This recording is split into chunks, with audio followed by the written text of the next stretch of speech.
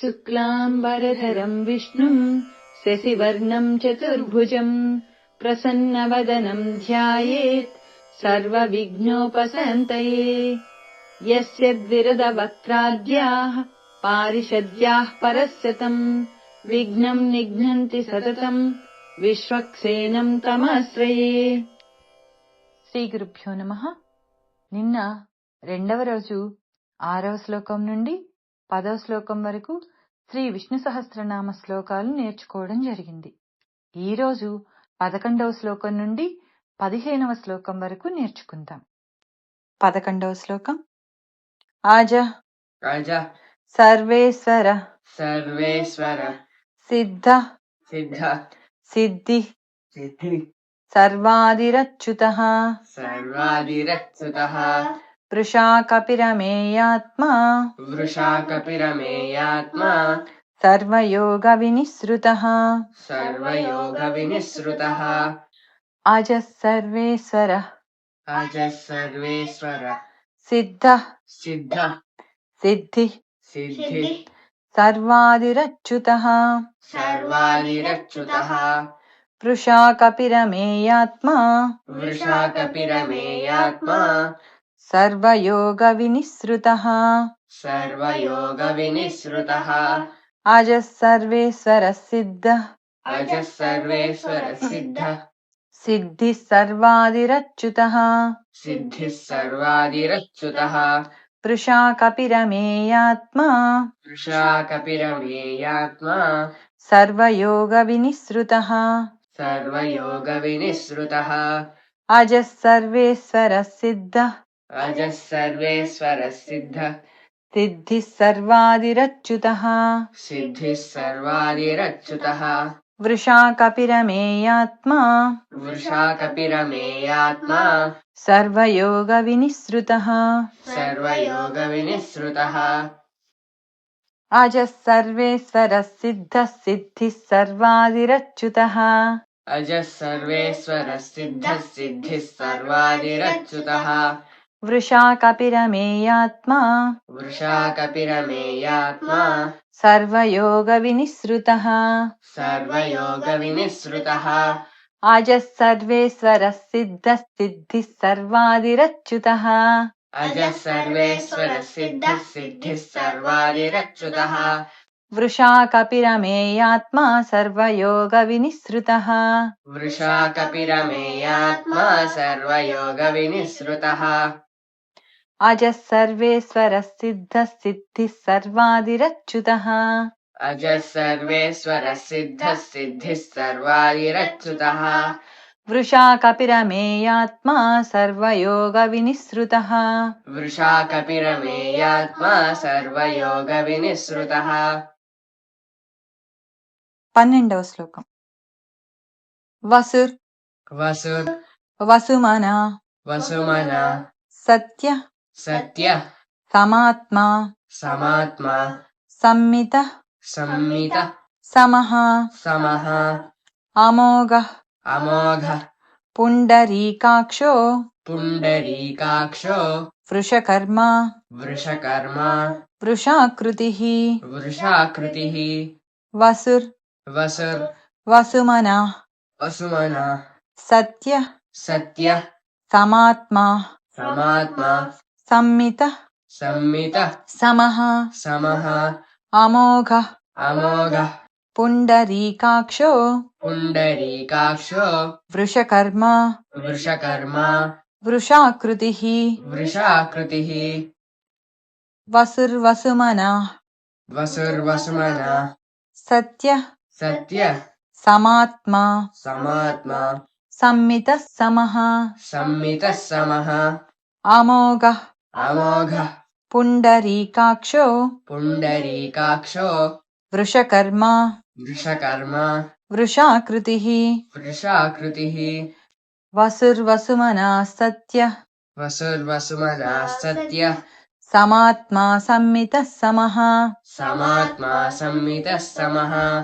అమోఘ పుండరీకాక్షో అమోఘ పుండరీకాక్షో వృషకర్మ వృషాకృతిః వృషకర్మ వృషాకృతిః వసుర్వసుమన సత్య वसुर्वसुमनः सत्य समात्मा सम्मितः समः समात्मा सम्मितः समः अमोघः पुण्डरीकाक्षो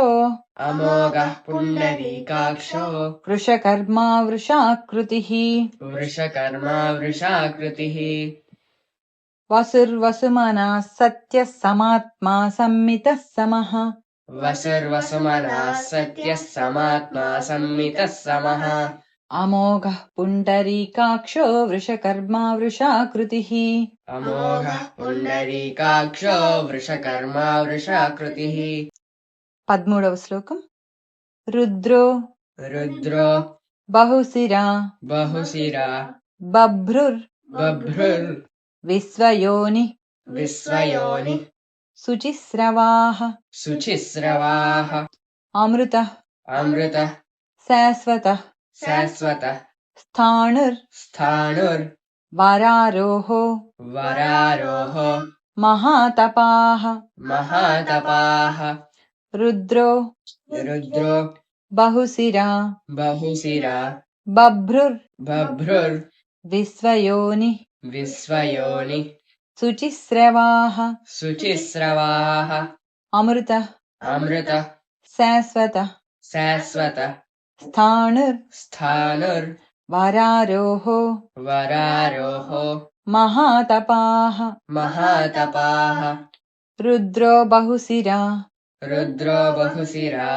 बभ्रुर् बभ्रुर् बभ्रुर् बभ्रुर् विश्वयोनिः शुचिस्रवाः विश्वयोनिः शुचिस्रवाः अमृतः शाश्वतः अमृतः शाश्वतः स्थाणुर् स्थाणुर् वरारोहो वरारोहो महातपाः महातपाः रुद्रो बहुशिरा बभ्रुर् रुद्रो बहुशिरा बभ्रुर् विश्वयोनिः शुचिस्रवाः विश्वयोनिः शुचिस्रवाः अमृतः शाश्वतः स्थाणुर् अमृतः शाश्वतः स्थाणुर् वरारोहो महातपाः वरारोहो महातपाः रुद्रो बहुशिरा बभ्रुर् रुद्रो बहुशिरा बभ्रुर् विश्वयोनिः शुचिस्रवाः विश्वयोनिः शुचिस्रवाः अमृतः शाश्वतः स्थाणुर् अमृतः शाश्वतः स्थाणुर् वरारोहो महातपाः वरारोहो महातपाः रुद्रो बहुशिरा बभ्रुर्विश्वयोनिः शुचिस्रवाः रुद्रो बहुशिरा बभ्रुर्विश्वयोनिः शुचिस्रवाः अमृतः शाश्वतः स्थाणुर्वरारोहो महातपाः अमृतः शाश्वतः स्थाणुर्वरारोहो महातपाः 14వ శ్లోకం सर्वगः सर्वगः सर्वविद्भानुर् सर्वविद्भानुर्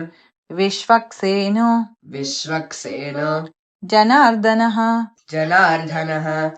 जनार्दनः जनार्दनः वेदो वेदो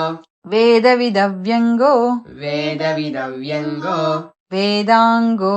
वेदाङ्गो वेदवित्कविः वेदवित्कविः सर्वगः सर्व सर्वगः सर्व विद्भानुर् विद्भानुर् विश्वक्सेनो विश्वक्सेनो जनार्दनः जनार्दनः जनार्दनः जनार्दनः जनार्दनः वेदो वेदो वेदविदव्यङ्गो वेदविदव्यङ्गो वेदाङ्गो वेदाङ्गो वेदवित्कविः वेदवित्कविः सर्वगः सर्वविद्भानुर् सर्वगः सर्वविद्भानुर् विश्वक्सेनो जनार्दनः विश्वक्सेनो जनार्दनः वेदो वेदविदव्यङ्गो वेदो वेदविदव्यङ्गो वेदाङ्गो वेदवित्कविः वेदाङ्गो वेदवित्कविः सर्वगः सर्वविद्भानुर् सर्वगः सर्वविद्भानुर् विश्वक्सेनो जनार्दनः विश्वक्सेनो जनार्दनः वेदो वेदविदव्यङ्गो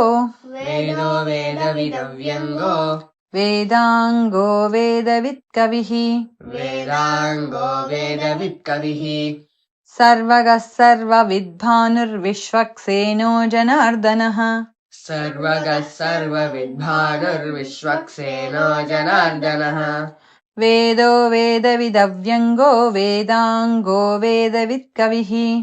वेदो वेदविदव्यङ्गो वेदाङ्गो वेदवित्कविः सर्वगः सर्वविद्भानुर्विश्वक्सेनो जनार्दनः सर्वगः सर्वविद्भानुर्विश्वक्सेनो जनार्दनः वेदो वेदविदव्यङ्गो वेदाङ्गो वेदवित्कविः वेदो वेदविदव्यङ्गो वेदाङ्गो वेदवित्कविः 15వ శ్లోకం लोकाध्यक्ष लोकाध्यक्ष